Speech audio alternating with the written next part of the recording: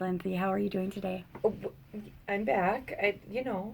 Still have anxiety. Um, Work, coronavirus, the political environment, family life. It's all, I've never lived through a global crisis before. Don't know how to handle it. So, what I'm hearing is that you're very stressed out over the current situation going on in Yes, the world and it's taking its toll on your life. it is.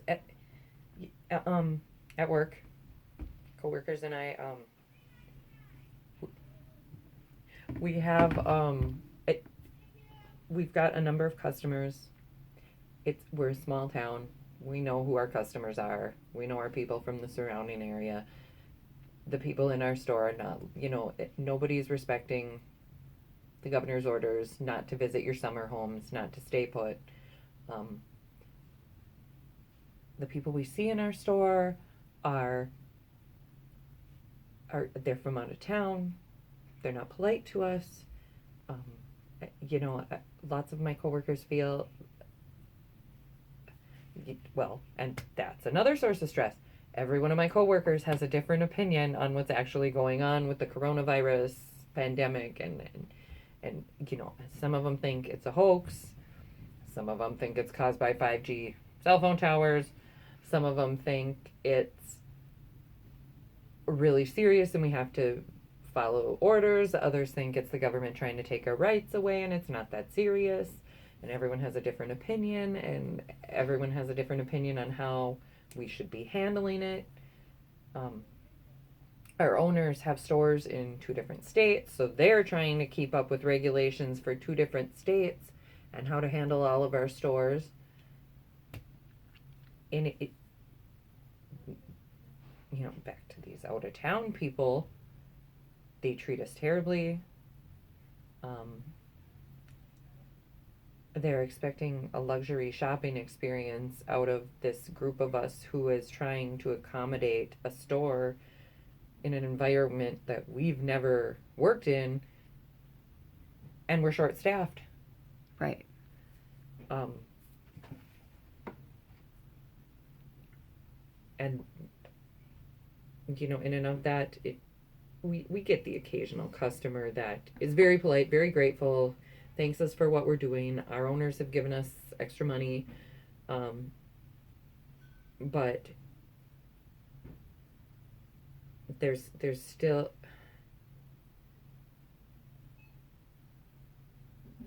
it's hard to do this when you feel that unappreciated. I'm sensing a lot of frustration revolving around the work situation, and I could understand how it could get very irritating dealing with people that come off very pushy and very arrogant at times when you are trying to do the best you can in an environment that you've never worked in before. Right. So It it could is. get it It could is. get very emotional and stressful, and you just don't know what's going to happen. It is. And when you say pushy and arrogant, I think we're small town, Mm-hmm. and the people here know each other, and at the risk of sounding like I'm from, the hills of Appalachia, city folk are not they're not kind to us. They're very cold. They do seem very arrogant and very pushy. They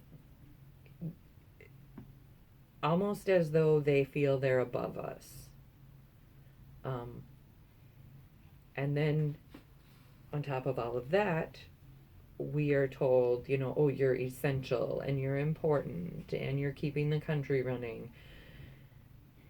And then they give all the people who aren't working an extra $600 a week, while we don't even take that home. Mm-hmm. And you think, oh, well, we're quote unquote frontline and we're putting ourselves at risk. And then the people who get to stay home and hang out with their husbands and kids get triple the pay in some cases.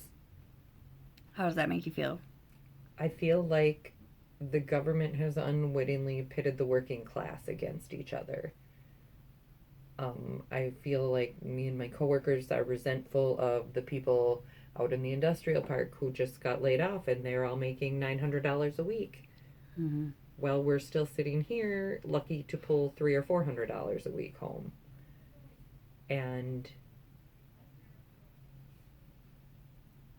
I feel very slighted by the government, by our legislators, by society,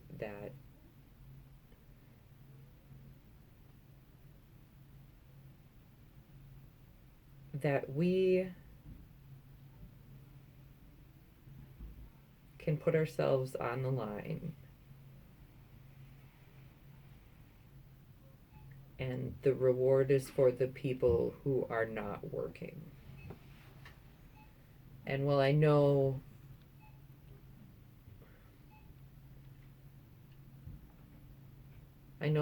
compliance is very important to society right now to stop a crisis, but in the same token, it's hard not to want to get yourself fired. It's I could see that. I could see that, but that would never work. No. That's No. not the way to go. No.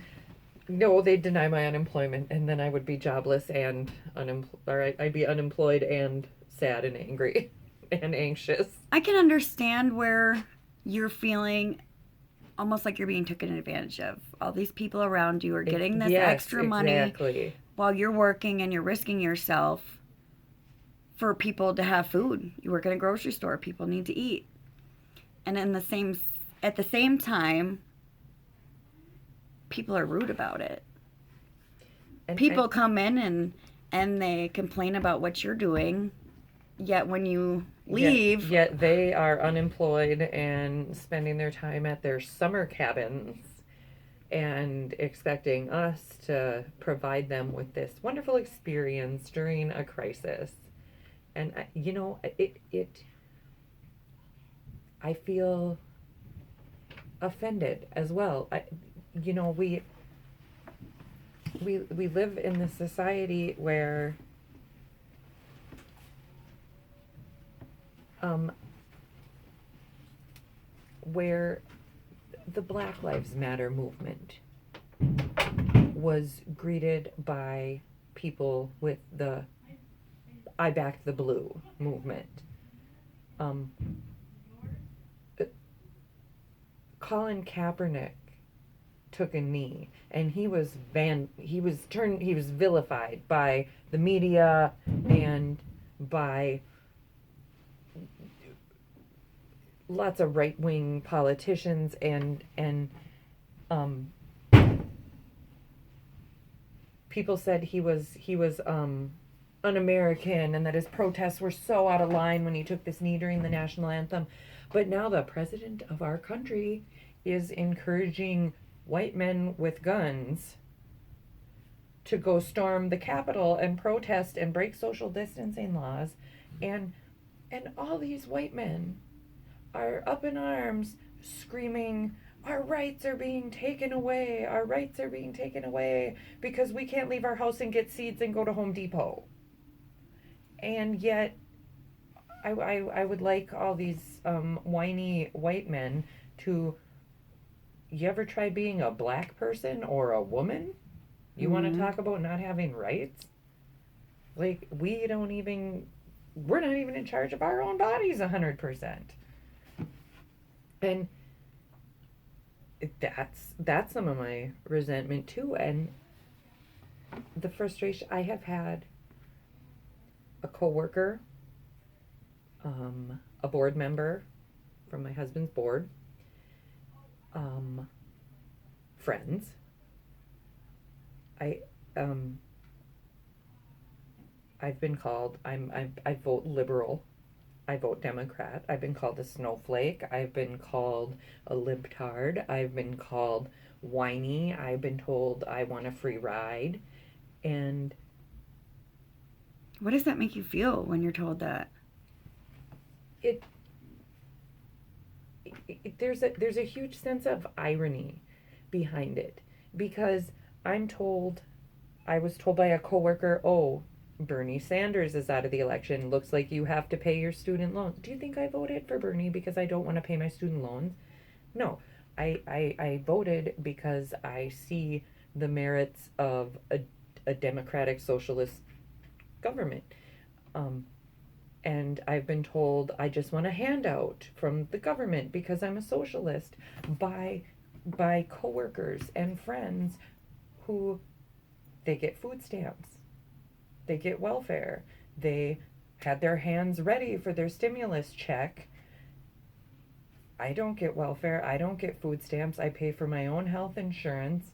I got the minimum stimulus check. I'm not getting the extra $600 a week to be unemployed.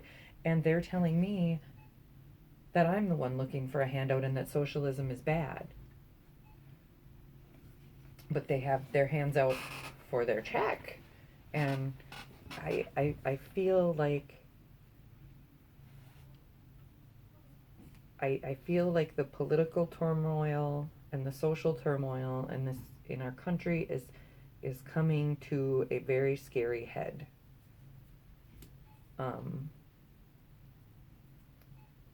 I feel slighted. I feel a strong sense of irony.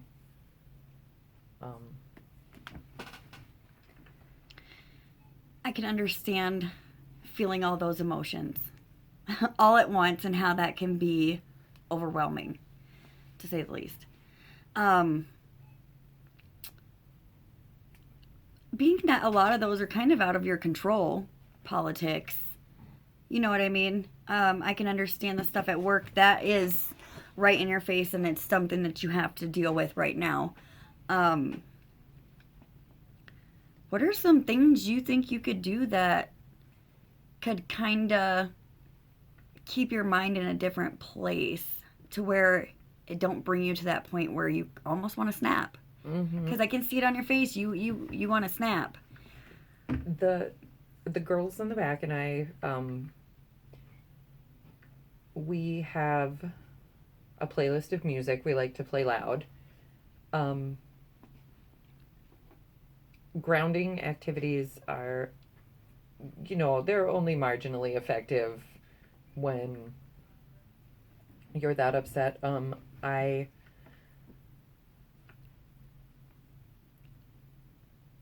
I've stressed the need to my husband, and I think rather than talk about it, I need to act on it to bring back some of my old hobbies during this quarantine. Last weekend we went to our camp.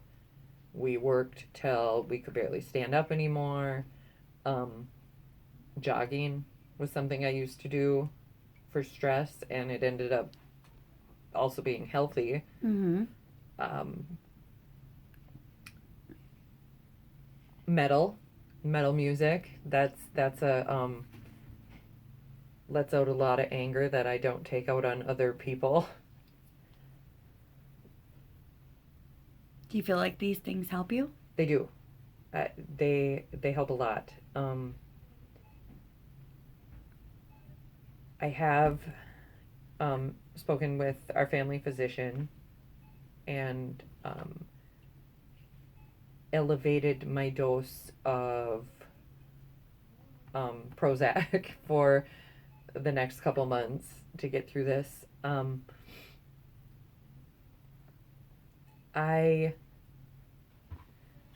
My husband and I have even discussed the possibility of moving to a different country. In graduate school, we focused a lot on Philip Zimbardo and his book, The Lucifer Effect, the Milgram experiment, the Stanford Prison experiment, and I actually have a pretend theory that the Donald Trump election and the campaign he ran and the tactics he used rings so true of some of the things I've seen in those bodies of work that I think Philip Zimbardo is going to jump out and tell us that it was all a social experiment and that we elected Donald Trump, and look at what we've normalized in our country. We've normalized hatred and meanness, and he made fun of someone with cerebral palsy right on the podium, and his supporters just overlooked it and he brags about grabbing women by the pussy, and that's just fine.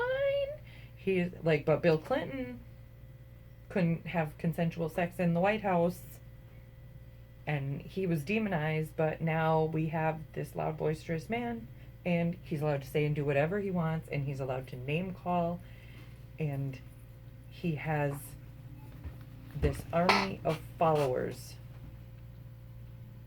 that will find a way to justify anything he says. And and anything he does. And we are slightly afraid of the direction our country could take if people continue to support a president who divides instead of unifies. And that's why my husband and I have discussed the possibilities of needing to move. Do you feel like moving would help the situation? Honestly? I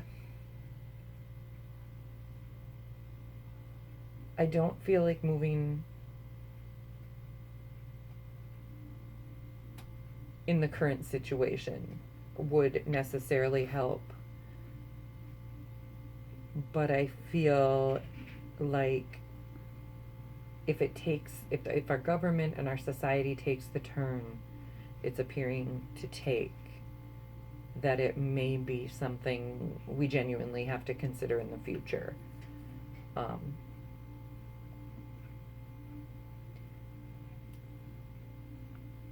I feel like right now Donald Trump could suggest, let's round up the Mexicans just to check their citizenship, and his followers would say, yes, let's do it. That could be frustrating. And I feel like there are many of his characteristics that ring quite true to the Holocaust. And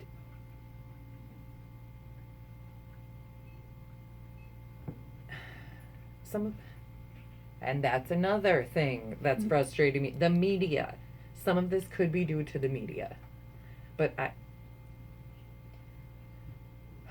when we grew up, we were led to believe that in school, that there was such a thing as journalistic integrity. And I don't believe in that anymore.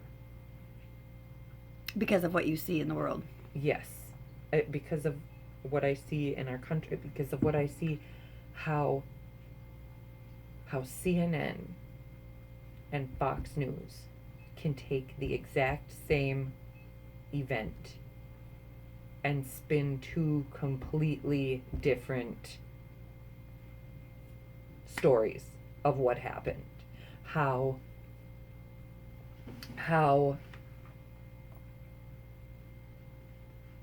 somebody is making the case against social distancing can say South Dakota has seen only this many cases and they didn't social distance, but someone can leave out the fact that South Dakota's population density is 11 people per square mile while Michigan's is almost 200. And how the media has become so agenda serving, so agenda mode, and I feel like there is not a source of news in our country that our citizens can trust.